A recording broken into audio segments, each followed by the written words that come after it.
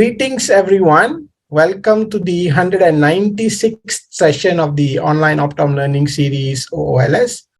And for today's session, we have with us Mr. Avi Shoshani. Mr. Avi is a senior optometrist and head of education division at the Enchai Hadassah Laser Refractive Institute. He has a vast experience in working as the head optometrist for refractive and cataract unit at various institutes as well. He is a Ministry of Health certified examiner for the government licensing examination in optometry and has been giving lectures nationally and internationally. I would say more of towards the Hebrew language as well. He was just mentioning he has a YouTube channel where he educates optometrists in Israel, and those who know Hebrew language, I think you should be going to his channel and kind of learning about what's happening. He's also dedicated his time for specialty contact lenses. He fits a lot of those, and today he's going to share with us the use of Aberrometry and taking us through some clinical cases where Aberrometry would be very beneficial to help our patients. So welcome, Mr. Avi, onto our platform. And, let me just leave the screen time to you now. Thank you. Thank you, Fakhruddin, for your kind introduction. And hi, everyone. Thank you for joining me. And today I would like to share a few clinical cases. And hopefully by that, I'll be able to demonstrate how can Aberrometry be very useful for us and how can we get a real profound understanding about each person's quality of vision and how can we analyze their eyes as an optical system, how can we correlate measurements to their complaints, and how can also Aberrometry aid us to get one step closer to the diagnosis that we are looking for. Those are all patients that I've examined in my previous practice, which is located at Jerusalem, Shaarei Zedek Medical Center.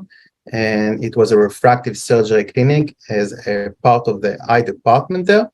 And it was visual quality assessment oriented. It was quite equipped. And in addition to a phoropter unit, it also had two types of aberrometers that I will just go on the next two slides. And a OCT imaging device and a combined device with a biometer and a topographer. So within one room, I could get quite a lot of information. I will just state I've got no financial interest in any one of the manufacturer or companies.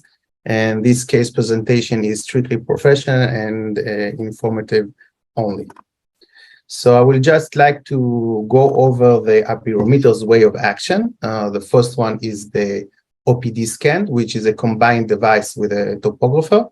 And a very useful and intuitive map for me was the OPD map, which stands out for optical path difference, and it's actually the refraction map.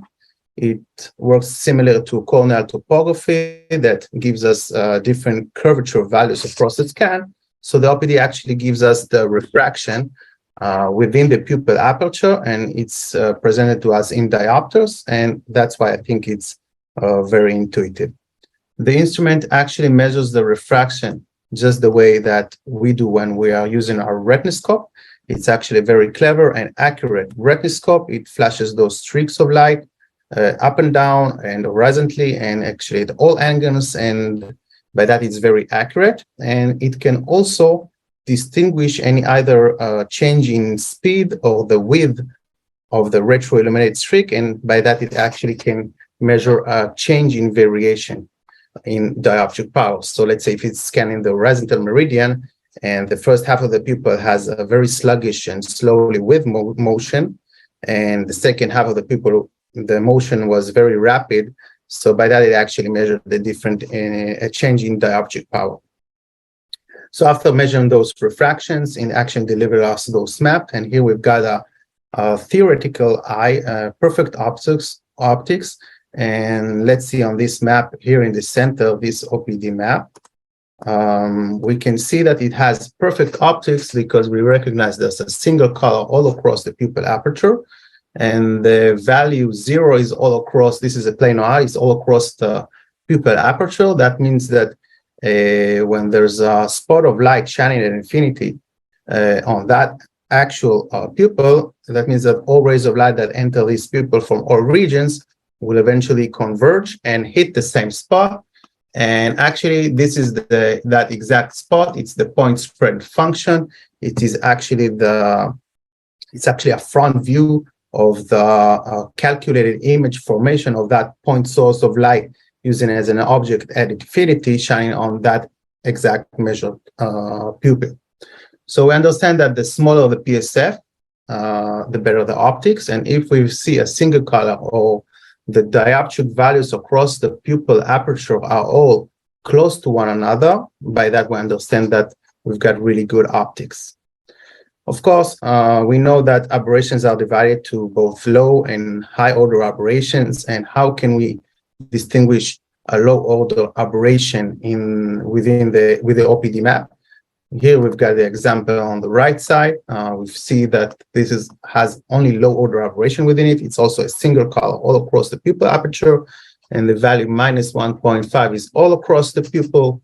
That means that after spectacle correction, this theoretical eye will have really good optics because low order aberration can easily correct it with spectacles.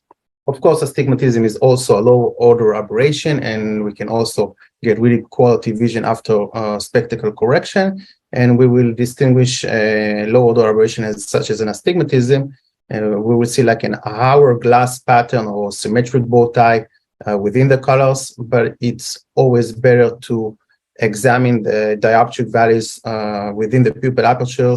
So if we see that there's two opposite sides of one another with same dioptric values and just 90 degrees away, there's also a different values, but also similarly on the opposite side. So that means that's regular astigmatism, and we can correct it with spectacles. So that's a theoretical eye or either low order aberration patterns of the OPDs. So of course, all eyes have some degree of high order aberration within it. And here's an example of the high order OPD map of an ametropic patient. And we recognize we don't have perfect optics because we see the PSF here. It's spread out a bit. It has a smear into it. And we can actually recognize the direction of the spread. It spread more or less from the 1 o'clock position towards the 7 o'clock position. If we're analyzing the OPD map, we see that it doesn't have perfect optics because there's actually a color variation within this pupil, which means that there's higher and lower divergence power within the pupil aperture. And let's try to analyze this OPD map. Let's divide it to center and periphery, and let's look at the dioptric values in the center. We see that in the center, we've got the dioptric values very close to one another. They are all almost planar all around the center of the pupil. And by that, we can understand that in photopic conditions, while the pupil is very narrow, this optical system, this eye, will deliver really good optics. The PSF would look like a pinpoint, and this eye will deliver really good optics. But in mesopic condition, while the pupil is a little bit dilated, just like at the time of that exam, also peripheral rays of light that enter on this circular donut-shaped circle here will enter the eye, and they will also contribute to the image formation of that PSF and to the image quality. And on the periphery, we can notice that there's a color variation. There's areas with higher divergence power and lower divergence power. Let's say here in the 1 o'clock position, there's a slightly hyperopic area of plus 0.5 hyperopia. And in the 7 o'clock position, there's slightly myopia, about minus one diopter. So that means there's some kind of multifocality within this pupil aperture at the periphery, about 1.5 diopters of multifocality, or the difference between highest divergence power to lowest divergence power, or highest myopia area to highest hyperopia area. So by that, we understand that actually eye odor aberrations are, it's not a constant value. It's pupil diameter dependent, and it can change with pupil size. So when the pupil constricts, this eye will have hardly any eye odor aberration within it, and only when the pupil dilates, let's say at nighttime, so it will have a greater amount of eye odor aberration. And in this instrument, you can actually choose the diameter that you want the instrument to calculate the amount of eye odor aberrations. So it's not a constant value. So let's try to dive in deeper and analyze how did this PSF on the left was formed from this kind of optical system, from this pupae. So let's mark our main influence areas at the 1 o'clock position, where there's a little bit of hyperopia there, and the 7 o'clock position with a little bit of myopia. And we already know that the center is planar, and it's gradually becoming more hyperopic towards the 1 o'clock position. And it's also gradually becoming more myopic towards the 7 o'clock position. So let's just draw a line in the center of the 1 o'clock to the 7 o'clock. Let's slice this optical system and let's present it in a 2D ray optic schematics, and let's calculate in our heads how would an image will form on that specific meridian. So this is the optical system on that specific meridian, and we already know that the center rays of light, they are hitting planar refractions, so all those center rays will hit the fovea and will make a nice bright spot. But the inferior rays of light towards the 7 o'clock position, they encounter a higher divergence power. So that's why they encounter, that's why those rays of light intersect the optical axis just before the retina. They actually over-converge and they flip their direction towards the superior retina just above the fovea. What happens to the rays of light that they enter the pupil towards the 1 o'clock position on the superior part of the pupil? They gradually actually encounter a lower divergence of power. So they are actually designated to intersect the optical axis just behind the retina. So there is where they fall on just above the fovea. So from a front view, we will see like a bright spot in the center, and there will be like a trail shape or comet shape or a streak of light coming out of that spot. And this is actually coma aberration. And that's why this PSF looks like there's a quite bright spot here, and it is smeared towards the 1 o'clock position. So we should always remember that the higher the divergence power inferior than superior, the higher this spread of light, the higher this streak of light that is coming from this point source of light. And we should always remember in our heads that we've got a higher divergence power inferiorly, those rays of light will over-converge, hit the superior retina, and actually the superior retina corresponds our inferior visual field, and we will see streaks of light coming out inferiorly. That's why in keratoconus patients, which have their cone located inferiorly, mostly at 6 o'clock, try it, dim the room and flip the contrast on the screen when they have a black background and a small spot. Tell them to close one eye, and they will probably tell you that they see streaks of light coming inferiorly. If they've got their cone located a little bit towards the 4 o'clock position, they will probably tell you that there's the orientation of the light streaks also change a little bit diagonally. And this optical effect, this aberration, is actually something that those patients, the keratoconus patients, are quite sensitive to it. And in that eye department, I've also examined quite a lot of keratoconus patients on the regular 3-month follow-up in the question, should we proceed to cross-linking or not? And in addition to the topography and refraction and thinking about, does my patient keratoconus progressing? We should always also add this kind of question to our decision-making, and we should ask, do you see any change in those streaks of light that you are used to see? Are they getting any longer, or are they changing their orientation a little bit?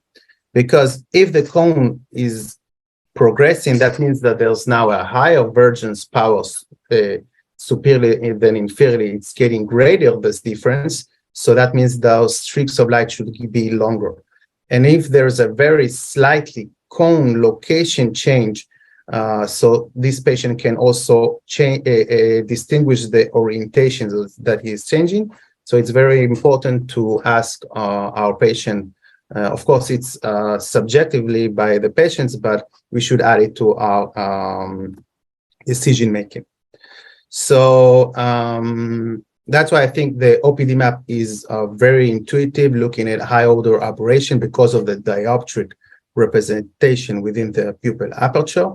It's quite easy to then correlate it to this magnitude of multifocality within the pupil aperture to both image blur within the retina and also to depth of focus.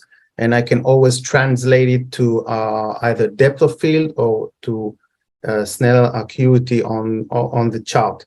So just like when we are using, we've got a vast experience refracting patients, and we all know that if we have a patient with about 0.5 or 0.75 uncorrected astigmatism, so it's not so bad. The visual acuity on the Snellen chart will remain quite the same, and actually this patient can benefit a little bit depth of focus at near.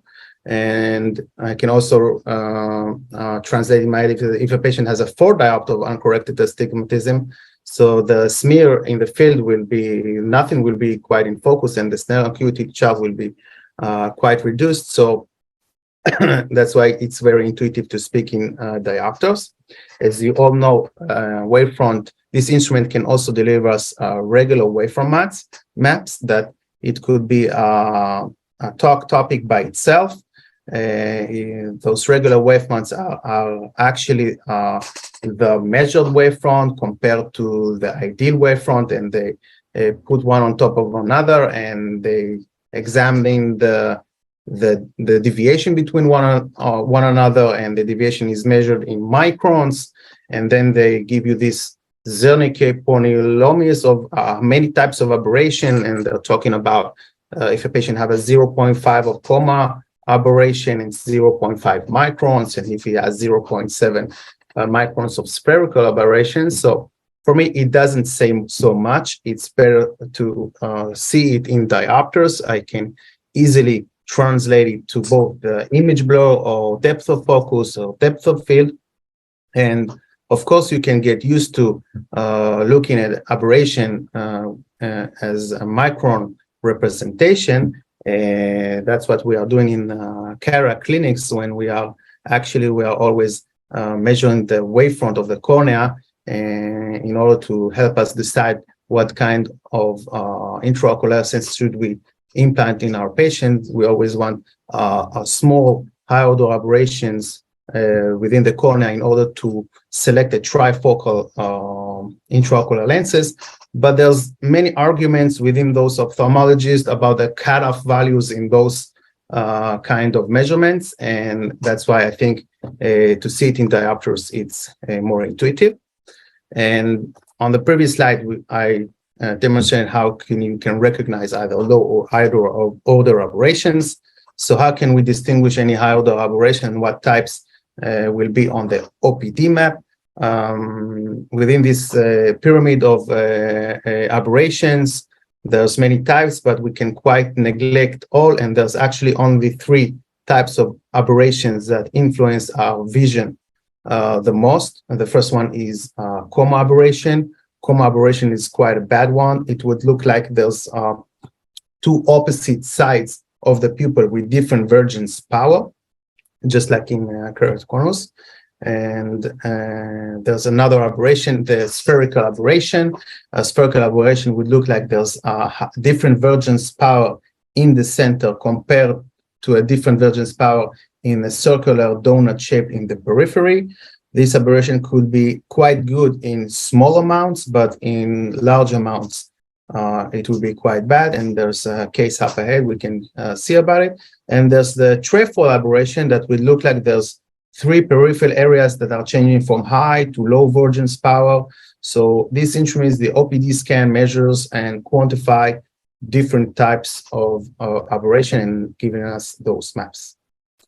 Another instrument that was in that clinic is called the HD analyzer by Visiometrics. It works in a different method of measuring the optical quality. It actually measures the point spread function, and by that it calculates as the level of scattered light within our eyes. Here we've gotten two examples of really good optics.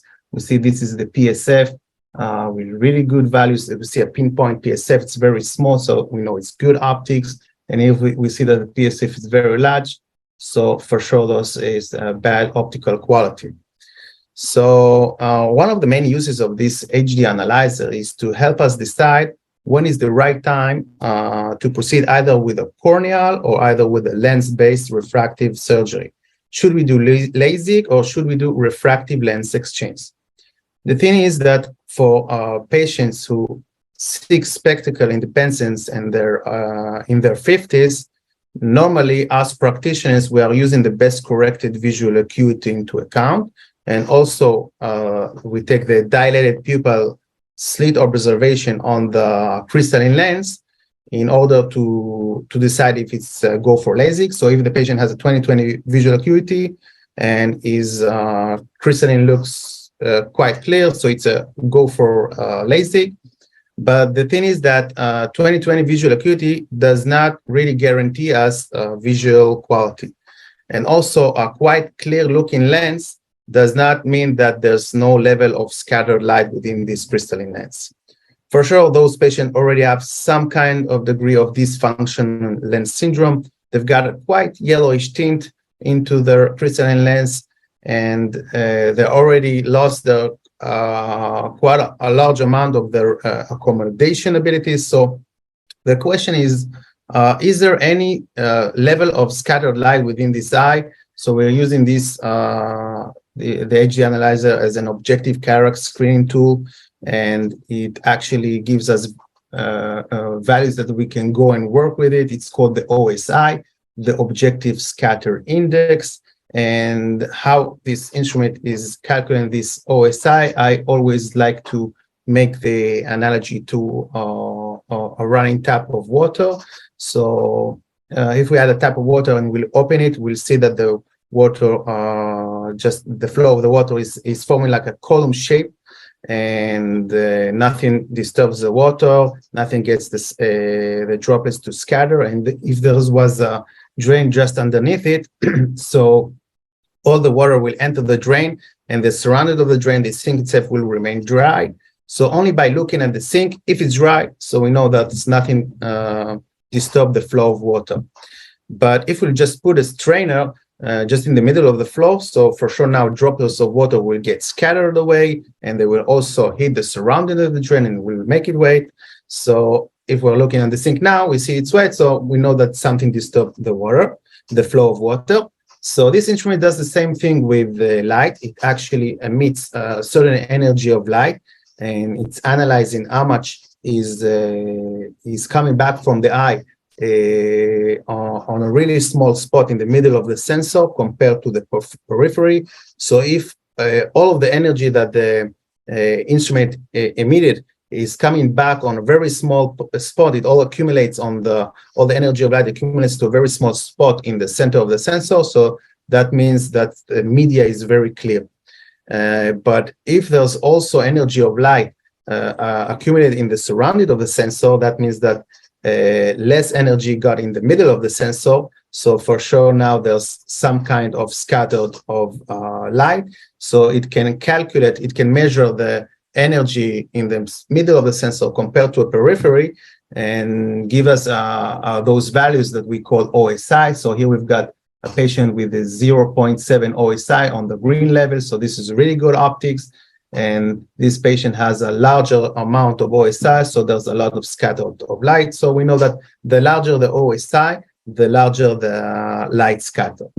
So both instruments, both the OPD scan and the HD analyzer, they both measure the total refraction, and they cannot differ any refractive surface, which is to blame, or which component of the eye is to blame with the scattered level of scattered of light or iodine aberrations. And in the next few cases, we can know how can we differ them. The OPD scan can give us, can measure and quantify different types of aberration, and divided to the certain types. The HD analyzer does not really know how to measure the aberrations. It's a new thing that we need to get used to it. It's actually measuring the level of scattered light within our eyes. So let's start with the cases. Here we've got this is the OPD scan overview. We have 3 maps. This is the OPD map. This is the topography. This data is coming from a placido disc ring. So this is actually anterior surface data only. And what the instrument does, it's actually measuring the total refraction, measuring how much astigmatism is coming from the cornea, subtracts one from another, and calculates the internal optics within our eye. We've got information boxes underneath each map. So let's look on this patient. He has a center refraction of almost planar. There's hardly any astigmatism.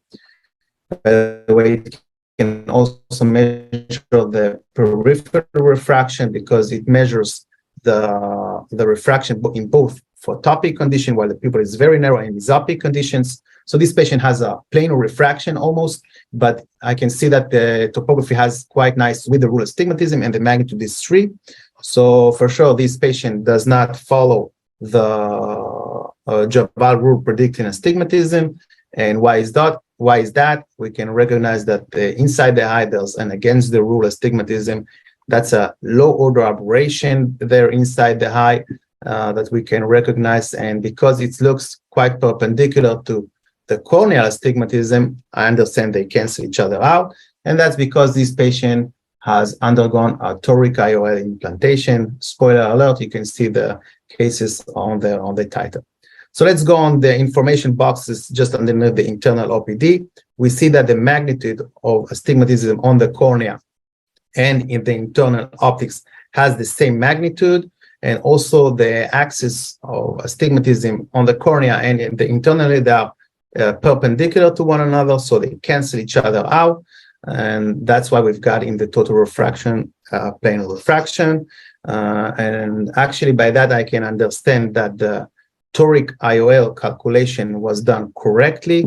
Here in Israel, us optometrists, we are doing a lot of IOL calculation, and both the magnitude of astigmatism was done correctly, and also the alignment of the toric axis by the surgeon was done correctly. So this is a great success. So let's go for another patient that had also undergone a toric IOL implantation, and we can recognize also with the rule astigmatism on the cornea. The magnitude is about 2 diopters. And we can distinguish a low order aberration astigmatism within the eye that is correcting this astigmatism, but it doesn't look quite perpendicular. It is slightly tilted. And if we're looking on the information boxes, so we see that the magnitudes are matching one another of the both cornea and in the internal OPD. So the IOL calculation was done correctly, but there's not good alignment. They are not perpendicular to one another. There's 15 degrees of deviation, and that's why we've got some astigmatism left within this eye. This cylindrical optical effect works in the same way that if we'll take 2 cylindrical lenses from our lens rack, let's say in this case a +2 and a -2, and if we put it on one on top of another, and we'll put it in the lens meter, so the lens meter will read as a planar refraction. And then if we start to rotate those cylindrical lenses, we will see that the lens meter is starting to read as some astigmatism. Actually, some astigmatism is starting to pop out. One meridian is going through an hyperopic shift, and one meridian is going through a myopic shift, and the spherical equivalent stays the same. And the larger the deviation, the larger the astigmatism. So let's look here. This patient has a planar -1. So the spherical equivalent here is -0.5. And I understand by that exam that there's not good alignment of the toric IOL. This patient is about 3 weeks after surgery. And that's even without dilating those patients. Normally, we need to dilate those patients, and we are looking with a slit lamp at the retro-illuminated image, and we always just measure the axis of rotation of the toric IOL. So here, this instrument is actually measuring the total refraction and the corneal astigmatism, and calculates the optics that is within the eye. So without even dilating this pupil, I know that there's not good alignment of this toric IOL.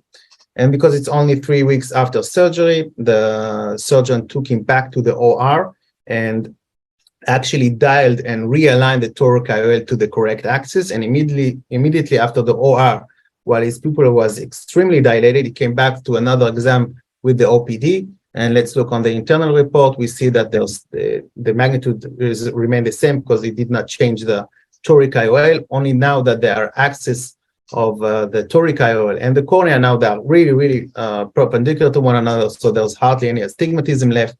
And just previously, he was plain or -1 refraction, and the toric IOL he just aligned to the correct axis. So both meridians got closer and closer to one another until they lie one on top of another. So the astigmatism disappeared and the spherical equivalent stayed the same.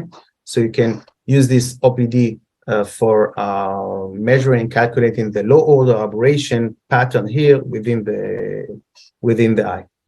Just by the way, this patient was extremely dilated. So if you wonder what is this blue circular donut shape in the periphery of high hyperopia, as you all know, those implantations, those IOLs are 6 millimeter in diameters. And so the OPD measured in this scan, those are rays of light that are refracting through the intraocular lens. And those are rays of light that are refracting just outside of the intraocular lens. So we can call this is a pseudophakic refraction area, and this is an aphakic refraction area. So let's proceed to another case, and the next 3 patients that you will see I will hopefully that will demonstrate how can we differ any types of aberration coming from each component of the eye, because those both instruments, they actually examine the total refraction of the whole eye. So here we've got a 60-year-old patient complaining about poor optics, and we're starting the examination, and I recognize that he has some nystagmus, and his best corrected visual acuity is 20/40. So it made me first think about amblyopia. And because he's 60 years old, so it also made me think, does he have some kind of cataract within his eyes? Maybe the 20/40 vision is coming because of his cataract, or either they're coming because he's amblyopic. I don't know. So I started examining with the instruments. So this is the HD analyzer and the OPD scan and the calculated PSF of the OPD.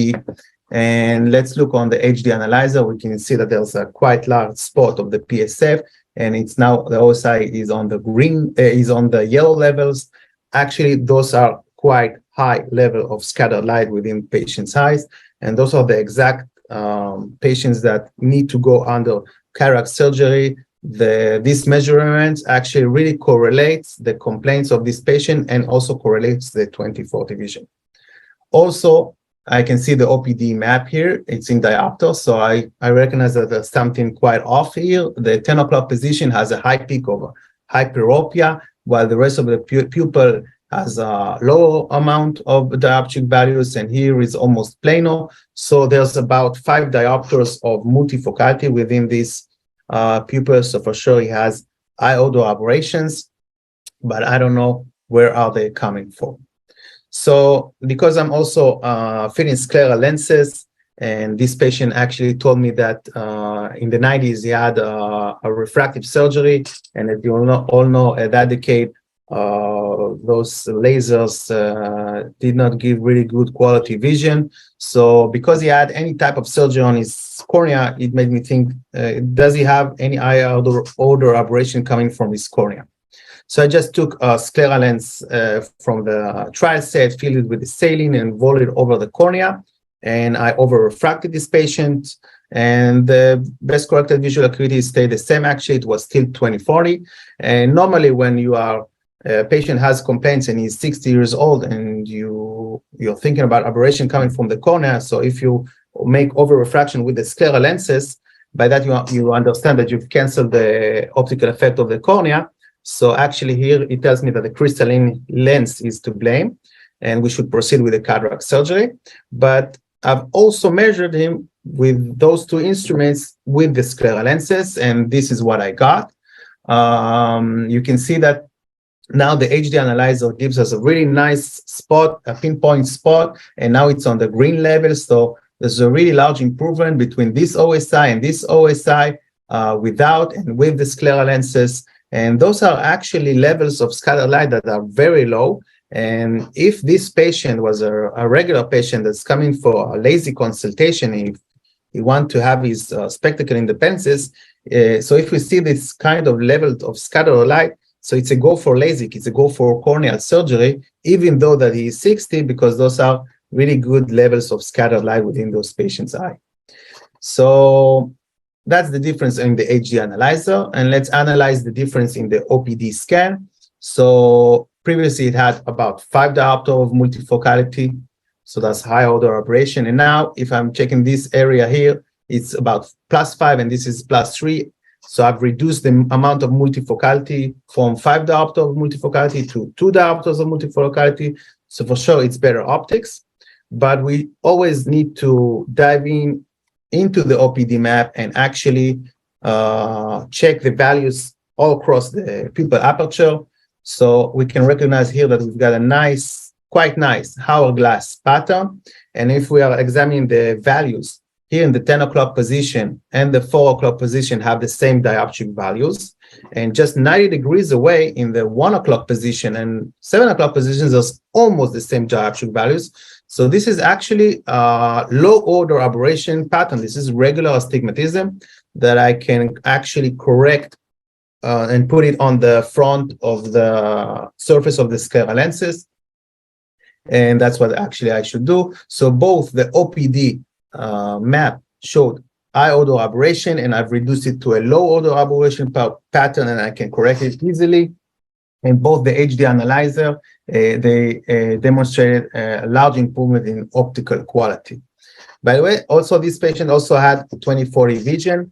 So let's go back. If this patient came to us and I did not have these Aberrometers, and he has 20/40 vision, and if I'm examining with the scleral lenses, because he mentioned he had LASIK, and I want to differentiate either between cornea and crystalline lens aberration, and the visual acuity stays the same, 20/40. So that means that I should proceed with the cataract surgery. And only if I had these instruments here, I can see, especially with this exam, with the HD analyzer, that is actually the wrong diagnosis to proceed with cataract surgery, because this crystalline lens has really low amounts of scattered light within it. And if you will replace it to an artificial one, transparent one, the result will remain the same. And that's the wrong diagnosis. Those instruments actually told us the cornea is here to blame. So of course, you should have a scleral lens fitting. And just I want to mention, should we fit in with scleral lenses? Because the best corrected visual acuity is 20/40 with or without the scleral lenses, but the patient felt much better, and the symptoms, I resolved the symptoms. And actually, I've got an objective measurement that I've improved the visual, the optical quality of this optical system a lot. And just like we have 20/20 patients with bad optics and good optics, so amblyopes suffer from the same optical effect, and they can have good optical quality and bad optical quality. So for sure, we need to proceed with scleral lens fitting, especially when I have these 2 Aberrometers measurements before and after. So this case actually demonstrates how can we differentiate either then from the aberration source, either is the crystalline lens or either is the cornea. And let's try and to differ a few more surfaces.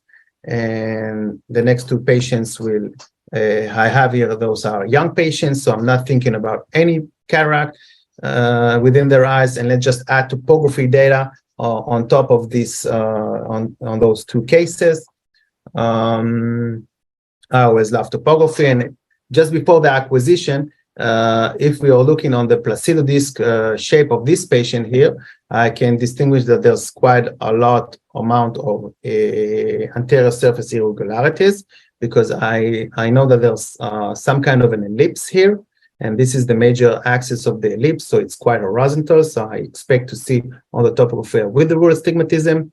And not only that, I can also distinguish that the mires look quite closer to one another superiorly, and inferiorly they're a little bit spreadly out. So actually by that I understand that the superior cornea should be steeper than inferiorly, and that's because this patient had a previous blepharon or conjunctivitis. Now his eye is very quiet.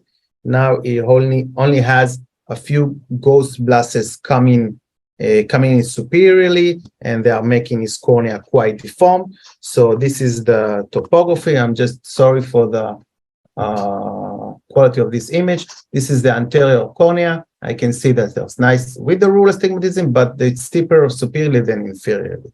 So there front surface, corneal surface irregularities. And let's just mention, remember in the back of our heads now, that the posterior cornea has a quite regular shape into it, and those ghost blast vessels actually affected the front surface of the cornea. So I just before fitting the scleral lenses, I used the OPD, and this is the OPD. I can see there's a lot of irregularities. This patient has about 11 diopters of corneal astigmatism, and this is the axis, and it correlates the autorefractor center refraction, also about 11, also the same axis. And if we dive into the OPD map, we can see here that we can analyze this OPD map and distinguish that there's two types of aberrations within this pupil. The first one is a low order aberration. We can see that there's with the rural astigmatism here. And if we are analyzing the horizontal meridian, this is this area and this area, that they are opposite of one another. They look like in the same dioptric values, more or less. But if we're looking at the vertical meridian, this here area has a high peak of -8 diopters, and this area has a -2 diopters. So I recognize that there's some kind of vergent power difference between the upper and lower pupil. So actually here there's a high peak of myopia. So there's high order aberration, and this time it's coma, because two sides of the pupil are have different vergence power, and the coma is strictly vertical. It could be also horizontal coma if the 3 o'clock position and the 9 o'clock position will have different vergence power. But this time we see that almost the 12 o'clock position and the 6 o'clock position has the different invergence power. So this is actually vertical coma. So there's also with the rural astigmatism within this eye, and also vertical coma. And for sure, those are bad optics within this pupil. So I fit him with the scleral lens, and this is the OPD measurement just after the scleral lenses. And if we'll dive into the OPD, I can see now that there's those high order aberration. I've reduced it a lot. Now the power, the vergence power throughout the pupil is quite evenly spread throughout all the pupil. Of course, there's a high peak of hyperopia here and a high peak of myopia maybe here, but it's really peripheral, and it's much better than before. So I understand that I corrected the optical quality of this eye a lot, and actually the patient had 20/20 plus vision, visual acuity, and he was very happy. By the way, because this instrument is also a topographer, so this is the topography on top of the scleral lenses, and this is the astigmatism on the front surface of the cornea. So you can actually, on your follow-ups, you can also follow up if there's any flexure on these scleral lenses. So let's just remember this patient had a front surface irregularities, and his posterior cornea was quite regular. And let's go to another case. This time is the keratoconus patient. He's also young, so I'm not thinking about any cataracts. And as you all know, keratoconus there's a thin spot here that it's a disease that affects both surfaces of the cornea, also the front surface and the posterior surface of the cornea. They are both deformed. There's a thin spot that makes the cornea protrude a little bit anteriorly, both on the anterior surface and both on the posterior surface of the cornea, and actually they match, they align, they're almost on the same spot. They protrude out, so the irregularities of the front and the posterior surface of the cornea are actually just one on top of another. So it was his first time with the scleral lenses. He used only spectacles, and he expected to have a really good optical quality, and so did I. And I started measuring with the OPD. This is the OPD map just before the scleral lenses, and you can see that there's a large amount of coma aberration here, and the coma aberration is really dominant here. I cannot really distinguish any low order aberration within this eye. Previously, I've noticed that there's also with the rule and also vertical coma. So here there's mainly coma. This area on the superior pupil is almost -2 diopter, and it's about -17 diopter inferiorly. So there's 15 diopters of multifocality within this eye. So for sure, those are bad optics. You can translate in your head how the depth of field will look like. So if you will correct this patient with a -2 sphere with a spectacle, so you will get this region, rays of light that are coming through the pupil on this region on the retina, and the most inferior rays of the pupil will counter a 15 diopter of more divergence power. So think about it. This area will be on the retina, and this area will be close to the patient's eyes, approximately 77 centimeters towards his eyes. So actually the smear is very large, and nothing will be in focus. You take a book, or in these days it's the smartphone, and nothing will be in focus. So for sure, those are bad optics, and I fit in with the scleral lenses, and both me and him, we expected a really large improvement. But this patient actually, it was surprising, but he complained quite a lot after the scleral lenses, and his best corrected visual acuity was about 20/30. So why did it happen? Let's look on this OPD map with the scleral lenses. This is just before the scleral lenses, and this is with the scleral lenses, and I recognize that there's still coma aberration within the pupil aperture, even though that I put the scleral lenses, and instead of just before, there was a high peak of myopia, high peak of high divergence power inferiorly. Now I see that there's a high peak of hyperopia, just a high peak of low divergence power just inferiorly. It's like a flip effect of previously. And why did it happen? Why does this patient still have coma? As we all know, what we are doing, we are taking those scleral lenses and we're filling them with the saline and voiding it over the cornea. Actually, what we are doing, we are making an almost match of the index of refraction of both the saline and the cornea. And by that, now that we are canceling, or now there's hardly any refraction being made coming from the anterior corneal surface, and now the anterior corneal surface, the anterior scleral lenses surface is now the main refractive component of that optical system, and the anterior surface of the scleral lenses, which is perfectly optically perfect and it's artificially made, now it takes the role of the image formation, and the rays of light that are passing the scleral lenses, they actually are quite uniformly refracted, and they want to produce a really good retinal image. But we should not forget that there's more refractive surfaces on the way to the retina, and we should not forget that we've got the posterior cornea, which in this case is very irregular. As you all know, the cornea, a normal cornea, has the anterior surface has a plus power, and then after on the light passage from the cornea towards the aqueous, actually the rays of light there diverge ever so slightly. So if we are canceling the refractive effect of the anterior surface of the cornea, actually by that we are revealing the optical effect of the posterior cornea. And because the cornea has the posterior cornea has a negative power, and it's also steeper inferiorly, so the inferior rays of light, will diverge even more than superiorly. So actually the posterior cornea is making a flipped effect of keratoconus. So if keratoconus is converging rays of light much more inferiorly, so the posterior cornea actually diverges light much more inferiorly than superiorly. So if you're looking on this pattern here and this pattern here, and this is actually resembles the refractive effect of the posterior cornea. So actually, because keratoconus, both of the anterior and posterior surface of the cornea, they both protrude outward on the same spot. So actually, the posterior cornea is canceling a little bit the aberration that is coming from the anterior surface of the cornea.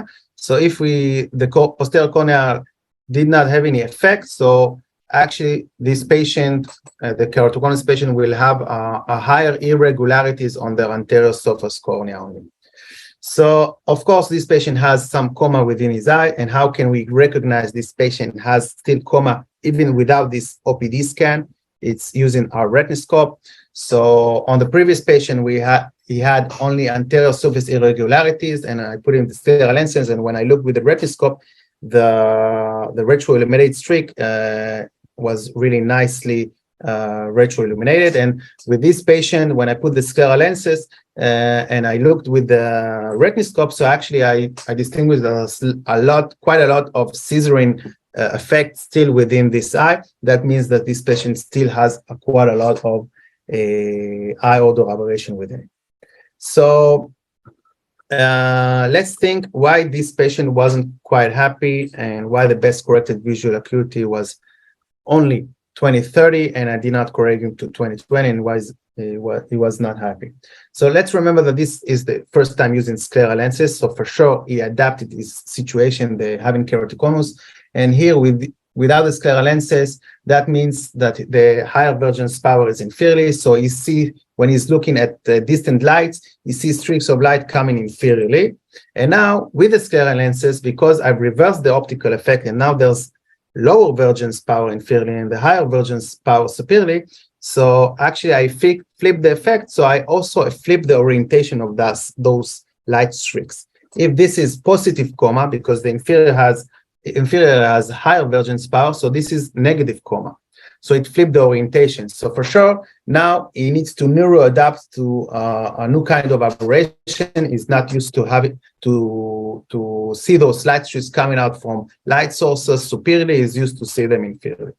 And not only that, let's dive in even deeper and to understand why he suffers so much from his keratoconus, even though he has scleral lenses on top of his cornea.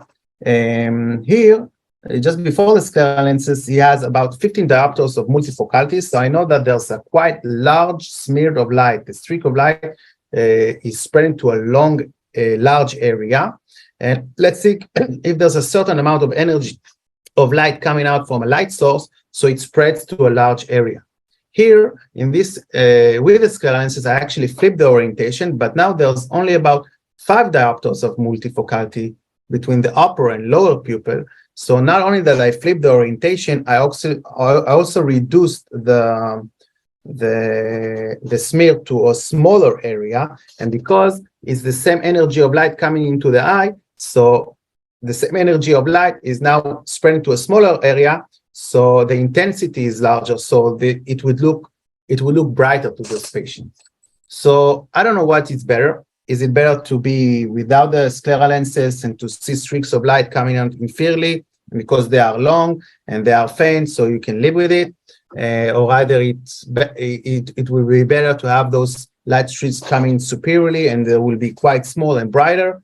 I think that if they are smaller and brighter, that's why this patient notices it even more, and he needs to neuroadapt to a new thing.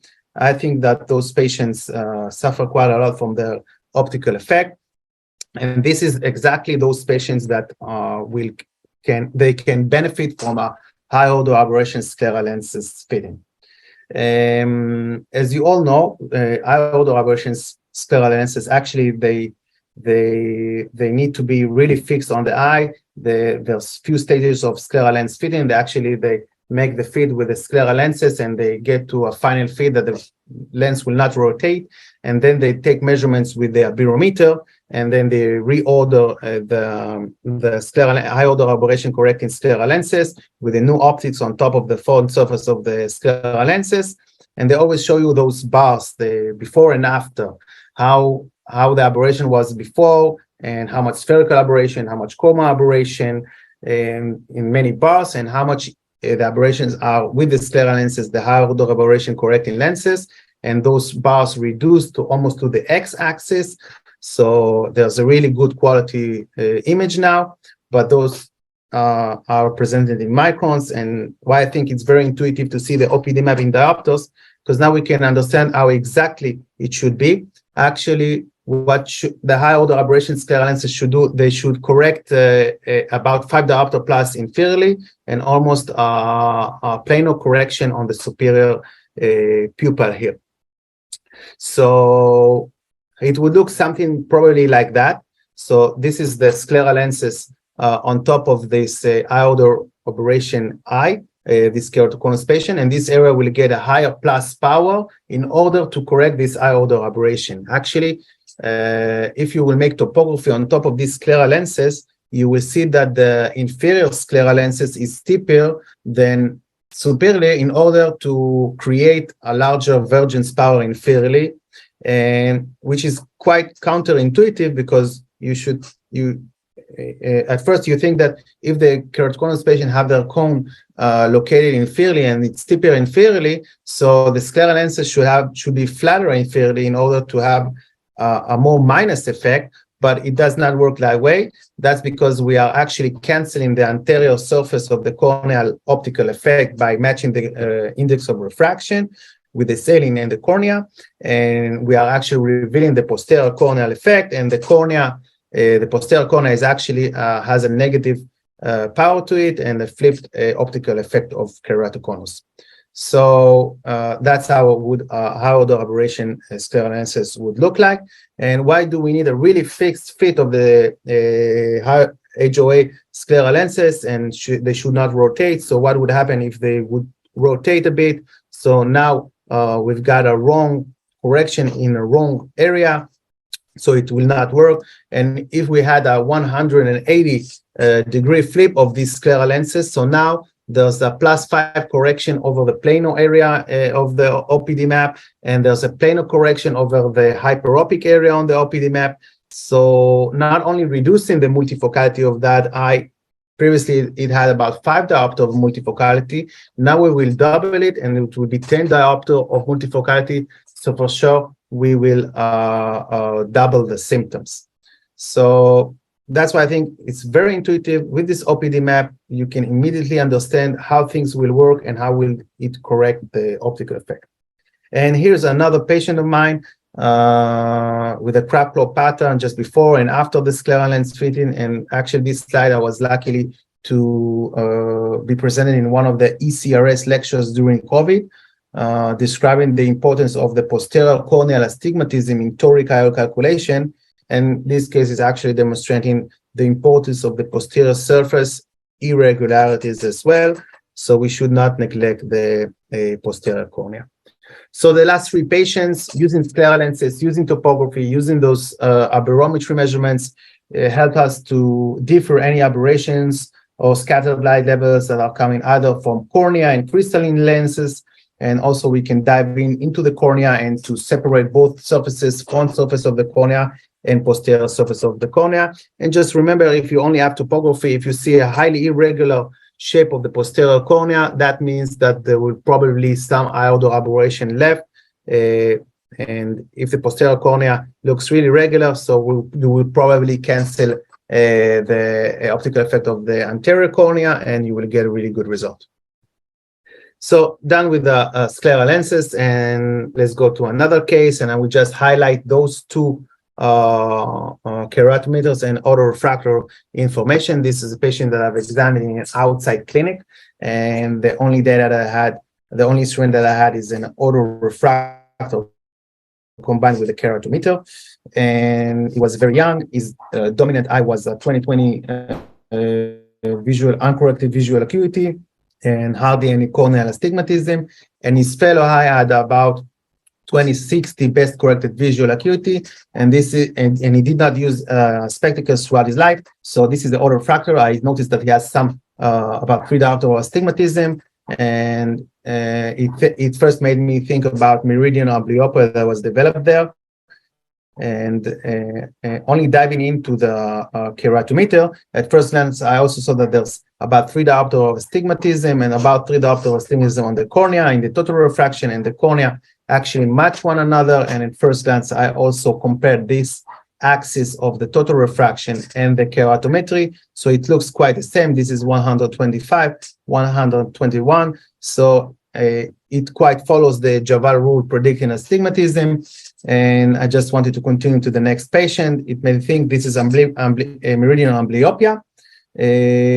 But I also we always need to remember that we should compare in minus astigmatism in the refraction. If we have the axis 125, we should always correlate it to the flat axis. And the flat axis here is 31. So I was very surprised. I knew that there's something wrong with this eye, because if there's about 3 diopters of astigmatism in total refraction, and there's 3 diopters of astigmatism almost in the cornea, but they are perpendicular to one another, so this does not follow the Javal rule predicting astigmatism. And if you calculate in your head, there's about 6 diopter internally. So I know there's something interesting here. I offer this patient a free consultation in that refractive surgery clinic, and this is the OPD. You can recognize immediately that there's something way off here. The cornea has quite regular astigmatism, slightly tilted towards the oblique angles, but the OPD map is very irregular. There's a quarter here of a high peak of myopia from the 12 o'clock position towards the 3 o'clock position, and the other quarters from 12 o'clock counterclockwise to the 3 o'clock position have the dioptric power quite evenly spread throughout the pupil. And we dilated his patient and scanned him again with the OPD scan. So this is a dilated OPD, and you can see that I've marked the numbers of the quarters. So on quarter number 1, you can see that it's very irregular. There's a high peak of myopia, a triangle shape, and a peripheral rim shape of high hyperopia. And the other quarters 2, 3, and 4, they have the dioptric power uniformly and evenly spread throughout the other 3 quarters. And why is that? It's because this patient had a lens zone coloboma. This is the retroillumination image, and you can see here that this patient does not have, on the first quarter, this patient does not have any zonules to keep his lens, crystalline lens, stretched out. And actually, this area here is outside of the crystalline. This is an aphakic refraction area, which actually corresponds this blue area of high hyperopia. And why do we have this kind of myopia in a triangle shape? That's because only this area did not have zonules, so only this area of the lens got curved, while the other 3 quarters of the pupil still have zonules, and over there the zonules still remain the crystalline stretch. So the other 3 quarters did not curve. So for sure, those are internal optics irregularities. They are coming from the crystalline lens, and this patient actually should have undergone a cataract surgery at a young age in order to not develop any amblyopia. But I think this data that we've got with the OPD is quite amazing. And let's think just now, how can we correct, if we had this kind of information at a young age, how can we correct this kind of optical system? So for sure, we can maybe fit in with a soft contact lens that will mimic an iris, an opaque iris with an opening in the center that will mimic a pupil, a very small one. It will be like a pinhole effect that will make an extended depth of focus within the eye, and by that we will improve the retinal image, and by that maybe we will this patient would not develop any amblyopia, or maybe we will reduce the amount of amblyopia. So this is one. And let's just think outside of the box. Again, with this OPD measurement, how can we correct this high order aberration? So we know we've got a high peak of myopia, and this area here does not have any zonules. This area is curved all the time. So maybe let's use pilocarpine low dosage that will hopefully maybe not constrict the pupil so much, but will release the tension of the zonules, just like when we are doing accommodation on the other three quarters, 2, 3, and 4. And by that, the lens will accommodate and will have higher vergence power within it on the other three quarters. And maybe now all 4 quarters will match one another. Maybe then we will have the power distribution on all 4 quarters of the pupil will be quite evenly spread, and we will increase the high order aberration. We will match this high order aberration to a low order aberration pattern. It will be only myopia, spherical component only within all 4 quarters of the pupil, and then we can correct it with the soft contact lenses. It will not work now because he already has amblyopia, and for sure he should have undergone cataract surgery. But I think this information that we have is amazing. And how can we think about correcting this eye as an optical system? One of our ophthalmologists wrote an article about it. You can follow this link. Is talking about optical changes in apparent immature position in a patient with a peripheral unilateral lens coloboma. So let's think this patient as an infant had his dominant eye, planar refraction, no corneal astigmatism, and his fellow eye had lens zone coloboma. So yeah, actually previously he had 6 diopter of astigmatism coming internally. Was there any emmetropization process in this eye? Did the cornea start to develop regular astigmatism exactly 90 degrees away from the internal astigmatism in order to try to correct the astigmatism coming internally as part of the natural emmetropization process? We don't know, but it feels that the eye started to do that. I think it's amazing that we found that there's a corneal astigmatism exactly perpendicular to internal astigmatism. So let's go to another case.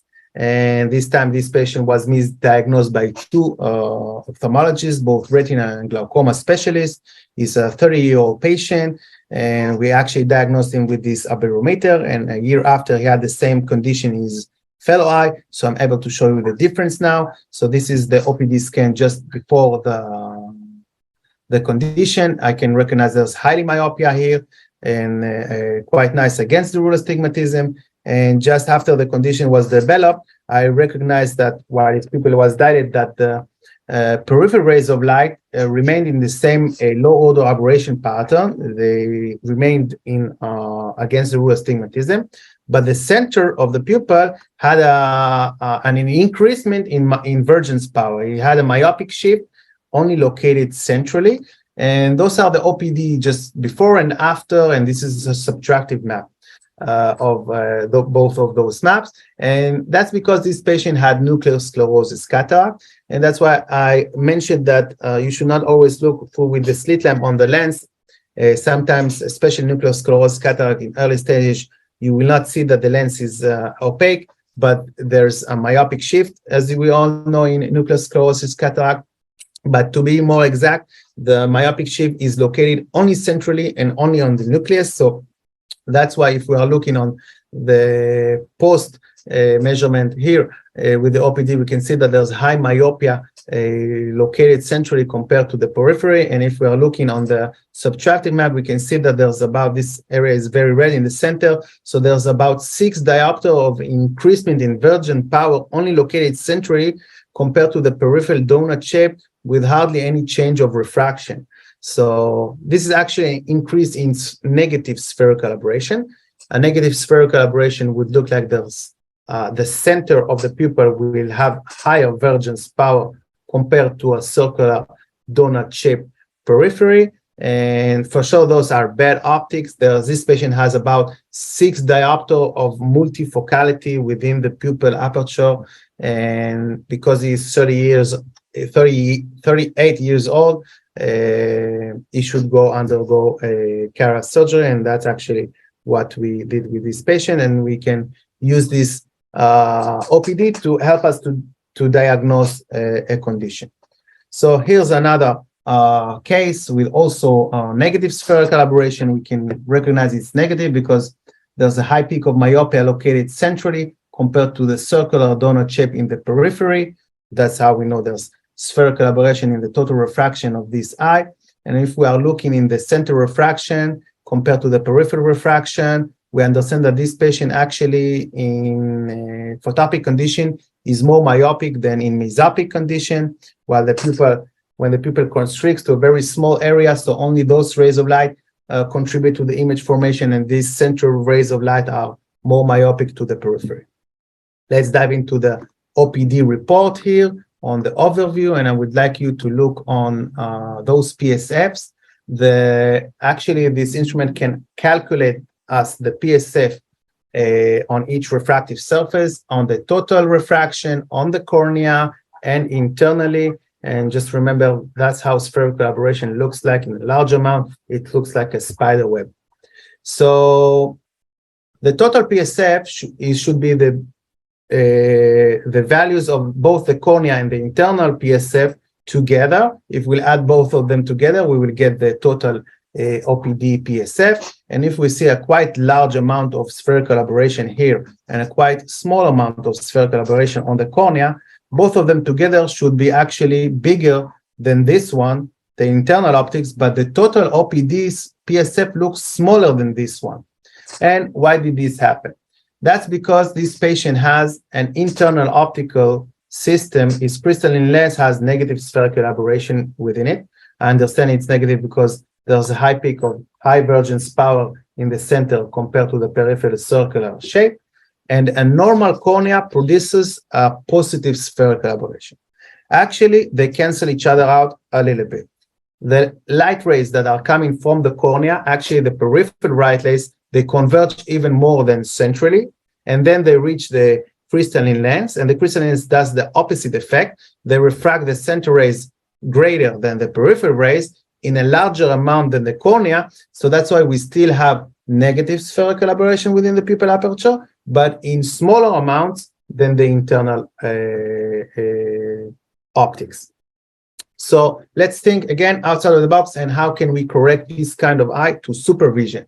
That means that we need to get these dioptric values all across the pupil quite evenly spread out through all the pupil. So we already have some positive spherical aberration on the cornea, correcting some of the internal optical effect, the negative spherical aberration. So we should actually increase the magnitude of positive spherical aberration, and by that we will cancel even a larger amount of negative spherical aberration within the eye, and maybe then we will get a nice pinpoint PSF. We can do that with an ortho-K lenses, just like the way we do when we are doing myopia control with a small optical zone. By that we are correcting more myopia centrally compared to the periphery, and then maybe we'll get a nice uniformly dioptric value spread out through all the pupil aperture and to get supervision. And again, let's think maybe if this patient was a very young patient, so probably myopia control ortho-K lenses will not this patient will not benefit any effect of myopia control because he already has a large amount of negative spherical aberration, and actually we should produce a large amount of positive spherical aberration. I think the myopia control region and the optical quality region should combine their experience together and maybe get even a greater results.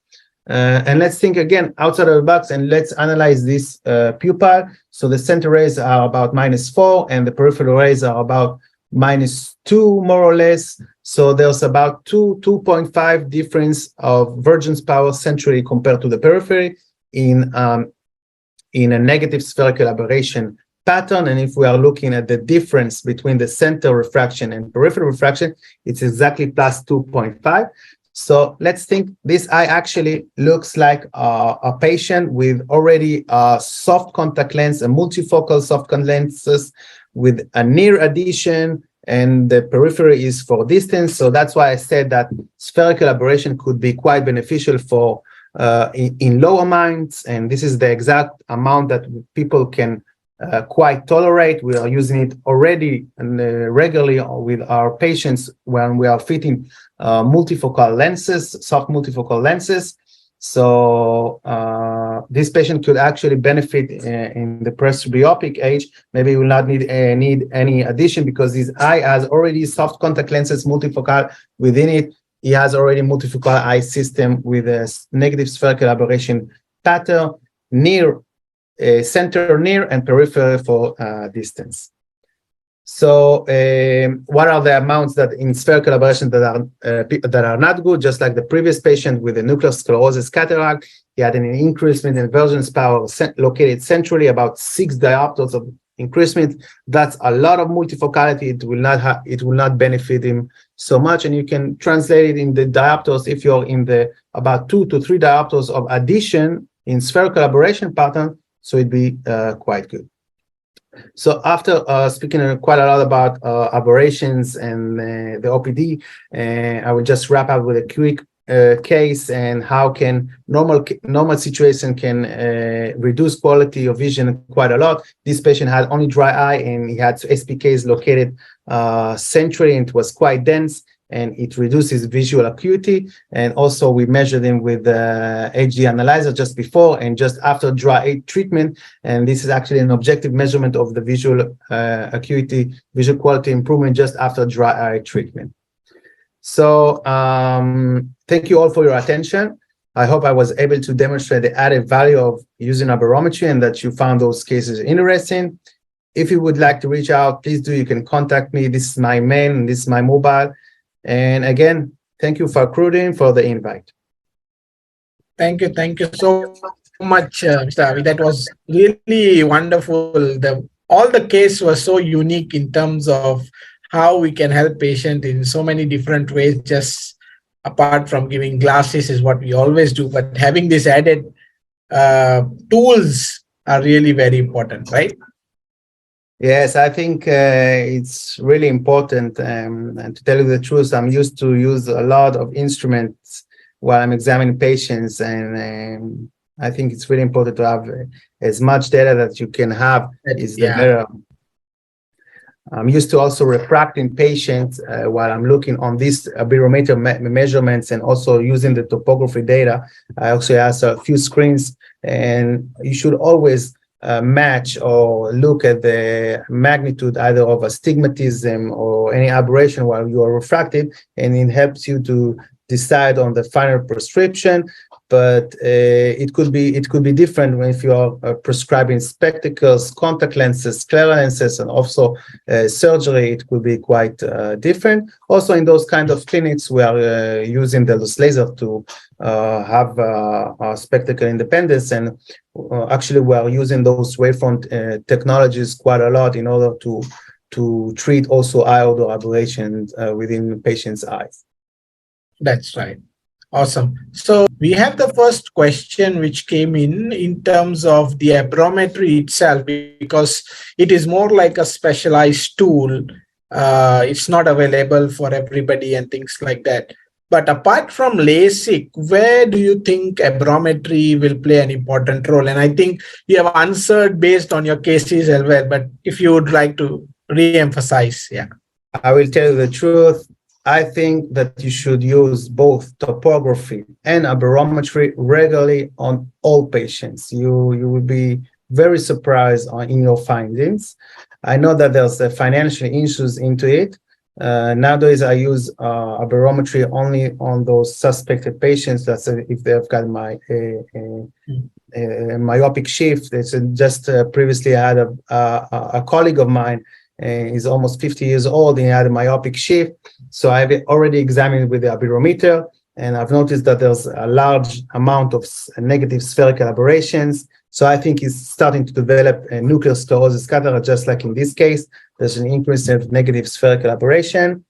But if you have this data and those instruments in hand, I think you should use it all the time if you can. Great. And I think somebody has just also made a comment on the chat that they are using the Aberrometer on a Howitz equipment, and they have been useful in detecting, or it has been used as a screening tool for keratoconus because it gives a lot of information in terms of aberrations for corneal ectasias. Keratoconus is one of the very classic examples. So that's something which is been probably used in some part of the world, I guess, Yes. routinely. Yeah. Yes, if you are using the Aberrometer and you have this only micron representation, as I mentioned earlier, I don't think they have the OPD map within it so much, but Yeah. you should follow the coma aberration. So if there's an increasement in coma aberration, especially vertical coma, that means that there's a superior and inferior part of the pupil, there's a higher vergence power. You should suspect on keratoconus, but also you should look at the spherical aberration, because in keratoconus, especially if it's centrally, the cornea is changing the shape to a hyperprolate shape. So also the center rays will have a higher vergence power. So there's an increasement in negative spherical aberration. So if you have an aberrometer and there's only those bars within it, so follow the spherical aberration. If there's an increasement in negative spherical aberration, beware of keratoconus. And if there's an increasement also in coma aberration, also beware of it. Awesome. Great. And the next question is about internal aberrations and aberrations coming from the lens. And I think you did also cover, you showed us how to kind of equate the cornea and look at the refraction and, neutralize it, and the remaining one could be internal. But yeah, that's why I chose those cases and using scleral lenses and topography to image it. But if you don't have, if you want to know how you can look at the scattered light of, it's not a really direct measurement, but if you've got the, let's say, shine fluid imaging device, you can always go on the verify options and to look in the anterior segment, look on the lens. Sometimes you can see that there's nuclear sclerosis into it. And if you are using any biometer, let's say the IOL master, so it's an OCT, it's a swept source OCT. So you can also, it slices the eye through from the cornea through the crystalline lens towards the fovea. So you can also look on the lens and to decide whether it looks normal or not normal. That's right. And any particular instrument is available to your knowledge just for measurement of, lens related aberrations, or we have to go about using our instruments and making some adjustments? Is there any direct tool available for just measuring lens aberrations, or it measures the whole optics of the eye, right? There's nothing really to measure the intraocular lenses aberration. Actually, this thing is this problem is for many years since Javal also rule predicting astigmatism. It can always predict how much astigmatism is coming from inside the eye. But nowadays, when you are using those shine fluid imaging and the OCT imaging, you can approximately measure the curvature of the intraocular lenses, but it's not so accurate. I can tell you that also measuring the anterior surface of the cornea is the highest, there's the highest accuracy there, especially with the placido disc topography. And because everything is going inside the eye, it's less accurate, because you should not forget that when we are looking at something inside the eye, actually we are not looking at the object itself, we are looking at an image refracting through the cornea towards our eyes. So there's always some kind of false measurements. Correct. Right. I think in this OPD scan and the HDA, using all those instruments and lenses, I think you can get a lot of knowledge, even though that you don't need, and just you need to remember, you don't need to remember what are the cutoff values. Just look at the dioptric power difference. Remember in your head that about 2.5 diopters of addition, it's normal. The higher the addition, it's not so normal. And you can get your patients to really satisfied situation and 20 happy patients. Right. And yeah, somebody also mentioned about the interest of tear film on to the aberrations. And I think your last case did talk about aberrations and its relation to tear film as well. So that is something. Yes, of course. You saw these measurements with the tear film, but I will just mention that there's other features within those instruments. I did not mention them all, only those features that I found interesting for those cases. But the HD analyzer actually can measure the dry eye in a very clever way. As you all know, we've got the vision, there's the tear breakup time when we are putting fluorescein and blink twice and just we're looking where there's a breakup time, but it's invasive. And there's also a non-invasive measurement with a placido-disc topography. We tell the patient to blink and we're looking at the mires. We see when the mires get break, when they are distorted after a few seconds. So this instrument actually can measure the vision breakup time in the double pass, actually in the optical quality. It measures the OSI, and the measurement of the OSI is done while the patient is blinking naturally. So he always has really nice, good tear film on his cornea. And then in the dry eye examination, it's another function of this instrument. You tell the patient blink twice and open wide, and then the instrument measures the OSI every 0.5 seconds to 20 seconds.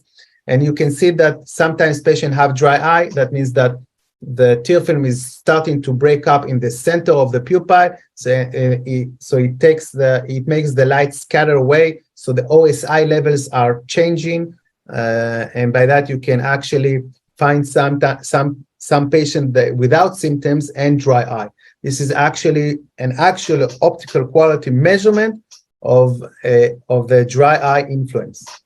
Right. Yeah, that's right. And I think somebody did put up on the chat that the eye trace instrument measures overall cornea lens as well. So yeah, all of the instrument does that, but we'll have to I've understand heard about how. it. I don't have any experience with the eye trace. I would love to use it as well.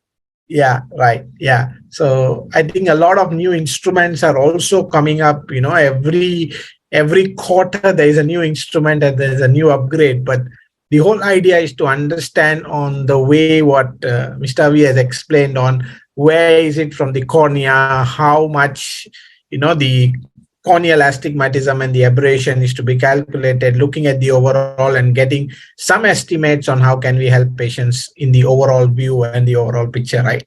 Yeah, for sure. I think as many instruments as you can have, but you should always remember that those are only measurements and those are only computers. And you should always think in your head about those measurements and to correlate it to the complaints. And it's all up to you. The instrument is only an helping tool to us. That's right. So thank you so much, Mr. Avi, for that wonderful sharing and, sharing the cases as well. So thank you everyone for joining today for today's session. We do have session planned over the next couple of weeks. Until then, take care, be safe, and I hope to see you in the next session. Bye-bye. Thank you for the invite and also OLS, and thank you, the audience, for joining me. Thank you, Mr. Avi. Take care and have a good Sunday ahead. You too. Yeah. Bye.